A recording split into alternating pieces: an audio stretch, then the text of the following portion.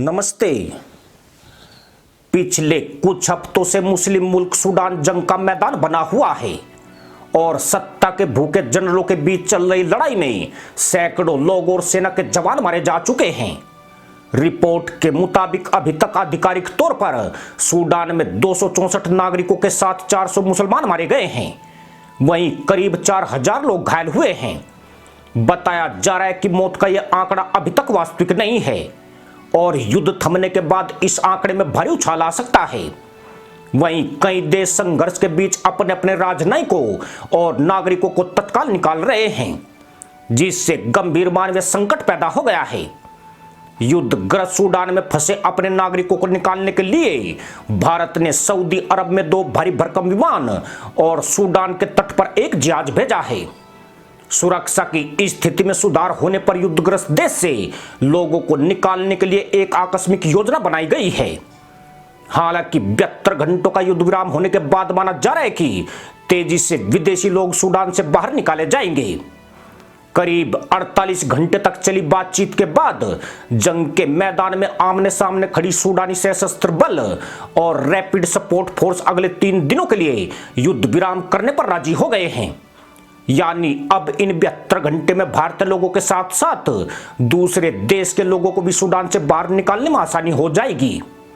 Sudan में चल रहे गृह युद्ध के केंद्र में सत्ता के 2 भूखे मुसलमान शख्स हैं। जनरल अब्देल फताह अल बुरहान, जो सूडानी आर्म्स फोर्स के कमांडर हैं, और अफ्रीकी राष्ट्र के वास्तविक नेता मोहम्मद हमदान, जिन्हें हेमिदती के नाम से जाना जाता है, और वो सूडान के रैपिड सपोर्ट फोर्सेज का नेतृत्व कर रहे हैं। सूडान के इन 2 प्रतिद्वंदियों के बीच अपने अस्तित्व को बचाने और देश की सत्ता पर अपना प्रभुत्व हासिल करने के लिए संघर्ष हो रहा है।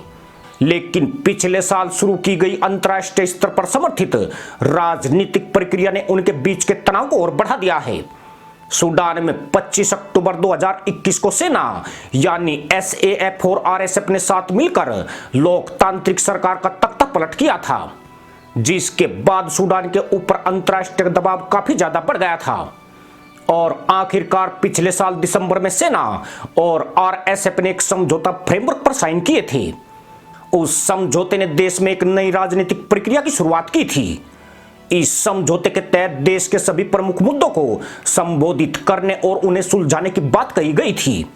वहीं समस्याओं को सुलझाने के बाद देश में फिर से चुनाव कराने और एक लोकतांत्रिक सरकार के गठन का वादा भी इस समझौते में किया गया था।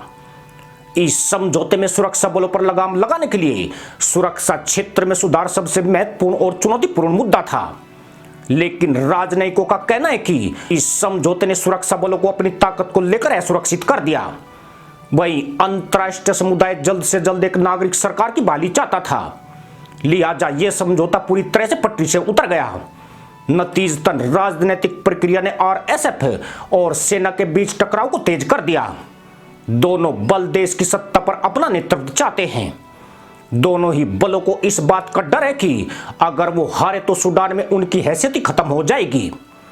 RSF अरब शस्त्र समूह के सहयोग से विकसित हुआ है, जिन पर 2000 दशक की शुरुआत में दारफुर में नरसंहार करने का आरोप भी लगाया गया था।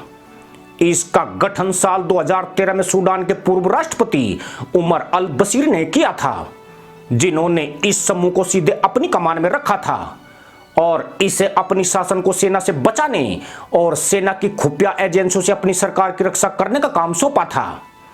अक्टूबर 2021 में दोनों सेनाओं ने सूडान के उमर अल बशीर की सरकार का तख्ता पलट तो कर दिया, लेकिन उसी वक्त विशेषज्ञों ने चेतावनी दे दी थी कि ये दोनों बल आगे चलकर एक दूसरे के खिलाफ हो जाएंगे। अब जाकर ये आशंका सच साबित हो रही है। अब सूडान की मौजूदा स्थिति काफी खराब होती जा रही है और देश में भोजन, पानी और दवा की किल्लत शुरू हो गई है। शहर में जहां तहां लोगों की लाशें पड़ी हुई है और मुर्दा घर भरे हुए हैं। यानी एक और मुल्ला मुल्क में मुल्लाओं की जंग अब चरम पर पहुंच गई है। इसी के साथ अनुमति दोस्तों, जय जवान, जय किसान, जय हिंद, वंदे मातरम।